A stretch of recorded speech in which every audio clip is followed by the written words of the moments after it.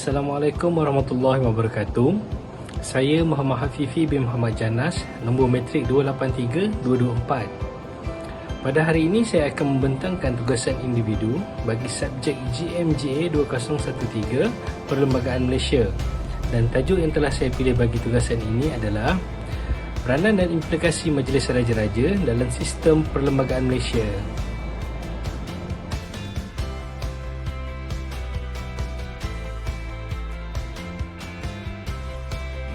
Pengenalan. Dalam sistem demokrasi berparlimen Malaysia, institusi Raja Berperlembagaan terus memainkan peranan penting dengan penetapan kuasa yang diberikan kepada institusi ini oleh Perlembagaan Persekutuan. Majlis Raja-Raja merupakan simbolik kepada institusi Raja Berperlembagaan di mana 9 Sultan Negeri Melayu akan mengadakan perbincangan dalam membentuk masa depan Malaysia. Menurut sejarah, Raja-Raja di Tanah Melayu telah menentang had yang diletakkan ke atas kuasa mereka, terutamanya semasa peringkat cadangan penguatkuasaan Perlembagaan Suruhanjaya Raid. Semasa perbincangan perlembagaan, antara aspek yang diberikan kepentingan oleh perlembagaan dan perkara yang sering dipertikaikan ialah peranan dan tanggungjawab institusi raja. Selepas menandatangani perjanjian persekutuan pada tahun 1948, Raja-Raja Melayu telah diiktiraf masuk dalam institusi Raja Berperlembagaan. Walau bagaimanapun, skop kuasa Raja-Raja masih ditakrifkan dengan tepat di dalam perlembagaan pada waktu tersebut. Pembentukan Persekutuan Tanah Melayu merupakan satu titik penting di mana Raja-Raja mula memainkan peranan yang lebih besar di dalam negara ini. Perlembagaan Persekutuan juga menubuhkan jawatan Yang di-Pertuan Agong. Yang di-Pertuan Agong dipilih setiap 5 tahun oleh Majlis Raja-Raja daripada kalangan Raja-Raja Melayu menggunakan sistem pusingan atau penggiliran. Sistem monarki di dalam institusi Raja Berperlembagaan. Perlembagaan Persekutuan telah menubuhkan sistem Raja Berperlembagaan yang dimodelkan mengikut sistem Westminster apabila Tanah Melayu mencapai kemerdekaannya pada tahun 1997. Selain daripada kuasa terhadap negeri masing-masing, Majlis Raja-Raja mempunyai kuasa budi bicara yang ketara di bawah perlembagaan walaupun ia terhad kepada beberapa bidang utama. Ia merupakan salah satu usaha perlembagaan untuk memastikan kelangsungan sistem Raja Berperlembagaan di Malaysia. Apabila membincangkan perkara asas dan berkaitan dasar yang berada di luar bidang kuasa raja, maka Majlis Raja-Raja adalah merupakan institusi unik yang diberikan pengaruh yang ketara di dalam membuat keputusan penting terhadap pentadbiran negara. Sebagai contoh, Majlis Raja-Raja mempunyai kuasa untuk memecat raja daripada jawatan. Majlis Raja-Raja mempunyai hak untuk memecat Yang di-Pertuan Agong daripada jawatan dan seterusnya menyekat keupayaan Yang di-Pertuan Agong untuk menguatkuasakan penghakiman politik dan undang-undang. Struktur Majlis Raja-Raja. Kehadiran penjajah British di Tanah Melayu telah mengekang kuasa Raja-Raja Melayu kerana raja merupakan simbol perpaduan orang Melayu pada zaman tersebut. Akibatnya, Raja-Raja Melayu dipaksa menerima penasihat British. Semasa pentadbiran Jepun pula, Raja-Raja Melayu semakin kehilangan kuasa apabila mereka bertindak sebagai penasihat dalam kerajaan. Perjanjian Persekutuan Tanah Melayu 1948 mengembalikan Raja-Raja kepada kuasa asal mereka dan institusi Raja Berperlembagaan mula diberikan pengiktirafan. Hasil daripada persetujuan persekutuan yang dicapai pada tahun 1948, Raja-Raja Melayu kini diiktiraf sebagai ketua negara yang sah di bawah perlembagaan. Majlis Raja-Raja berkuat kuasa sebelum mereka walaupun pada hakikatnya perjanjian itu tidak menyatakan dengan tepat bidang kuasa Majlis Raja-Raja.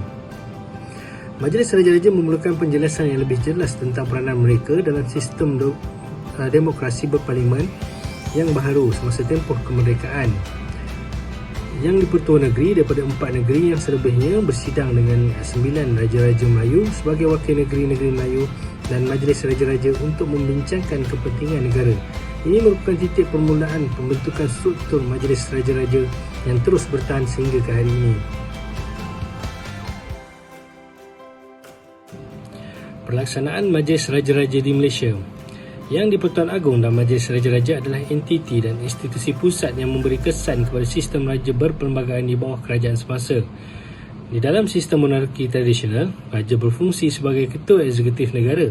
Sebagai contoh, Raja Monarki di United Kingdom secara perlembagaan diiktiraf sebagai sebuah republik dengan Raja menjadi ketua negara.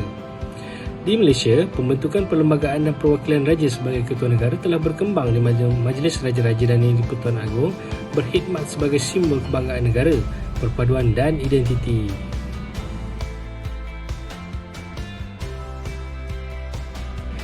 Isu-isu yang berkaitan dengan Majlis Raja-Raja. Pertama, krisis kerajaan dan Majlis Raja-Raja. Semasa pentadbiran Tun Dr. Mahathir Mohamad, ketegangan antara monarki dan kerajaan telah mendapat perhatian daripada rakyat. Terdapat perubahan di dalam perlembagaan di mana status dan pengaruh kerabat diraja Malaysia jatuh dengan mendadak. Walaupun peranan raja dan Majlis Raja-Raja telah diperluaskan dalam pelbagai bidang penting, terutamanya dalam undang-undang perlembagaan, kuasa raja secara peribadi semakin terhad selepas perubahan yang dilakukan oleh kerajaan Tun Dr. Mahathir. Kedua, kedudukan Yang di-Pertuan Negeri di dalam Majlis Raja-Raja.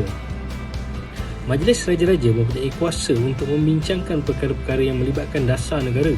Sebagai contoh, Yang di-Pertuan Agong mula dilibatkan di dalam perkara penting seperti pelantikan Perdana Menteri, pengisytiharan darurat dan sebagainya. Majlis Raja-Raja dianggap tidak mengiktiraf kedudukan Yang di-Pertuan Negeri. Laporan daripada Astro Awani 2022 menunjukkan bahawa hanya Raja-Raja Melayu dipanggil untuk perbincangan pelantikan Menteri Besar di negeri Perak. Walaupun Majlis Raja-Raja dianggotai oleh keempat-empat Yang di-Pertuan Negeri. Ketiga, isu ketuanan Melayu. Pada hari ini, Majlis Raja-Raja sering dianggap sebagai satu-satunya badan perlembagaan yang mampu menjadi pengantara pertikaian tempatan. Namun begitu, isu mula timbul apabila sesetengah orang bukan Melayu menganggap Sultan sebagai entiti yang hanya mempertahankan doktrin Islam dan ketuanan Melayu. Malah, keadaan ini menjadi semakin buruk apabila parti politik mula menggunakan topik Majlis Raja-Raja sebagai propaganda untuk menjejaskan kesepaduan sosial antara kaum di negeri ini. Kekuatan dan kelemahan Majlis Raja-Raja. Kekuatan Majlis Raja-Raja terletak kepada fungsinya di dalam menjaga ketenteraman di seluruh pemerintahan negara. Manakala kelemahan pula, status fungsi dan peranan Majlis Raja-Raja masih belum diiktiraf dengan jelas sehingga ia boleh menimbulkan kekeliruan kepada masyarakat. Analisis peranan dan implikasi Majlis Raja-Raja.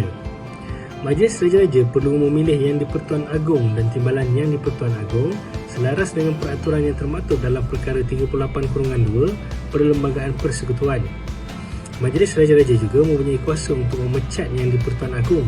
Ini dilakukan supaya Yang di-Pertuan Agong yang dilantik berdasarkan sistem pusingan setiap 5 tahun sentiasa bertanggungjawab terhadap penggunaan kuasa mereka.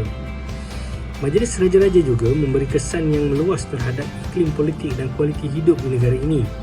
Malah, kerajaan perlu melakukan rundingan secara aktif dengan Majlis Raja-Raja mengenai perkara-perkara tertentu dan tidak boleh membuat keputusan persendirian yang mengancam kedaulatan negara. Cadangan penambahbaikan. Majlis Raja-Raja adalah sebagai simbolik kepada kedaulatan dan kestabilan negara. Maka, penambahbaikan fungsi dilihat sebagai sesuatu yang sangat wajar untuk diberikan perhatian. Kesimpulan, Majlis Raja-Raja mempunyai fungsi dan peranan penting dalam sistem perlembagaan. Kewujudan institusi ini juga turut mempunyai implikasi tersendiri. Melalui Majlis Raja-Raja, 9 raja negeri yang beretnik Melayu akan terus menggunakan pelbagai kuasa yang diberikan oleh perlembagaan yang diperlukan untuk membentuk bagaimana sistem politik itu dilaksanakan.